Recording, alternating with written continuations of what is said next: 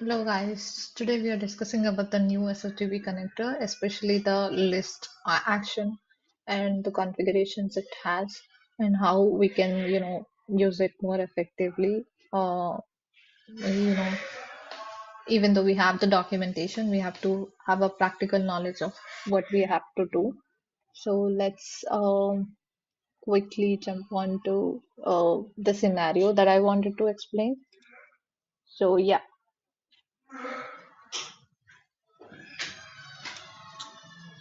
so let's say in the list operation, we have like um while we are importing the operation, let's say I'm showing it on the screen.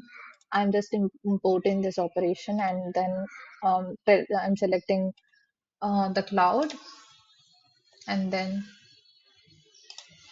if you can see the objective has two options like file and file metadata. If you select the file, it will go. But most of the scenarios, if you can see in the documentation, we have a recursive listing of directory checkbox.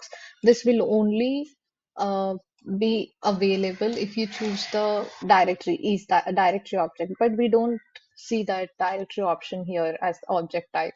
So for that scenario, as it is not clearly mentioned there, I'm showing where we can see. So you have to, for that, you have to select the file metadata and click next.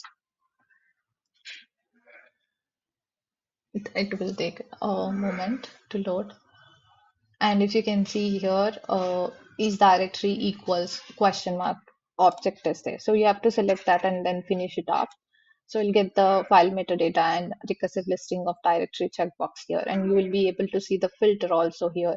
So if you find hard to load the is directory and wondering where the is directory options were there or this checkbox is there from the documentation, if you can see, it is mentioned that this can be turned on and off, but there's no direct object to upload or get the uh, import the operation from. So this is quite a confusion for the user. So I hope this will help to clear the doubts you have. Thank you for watching the video.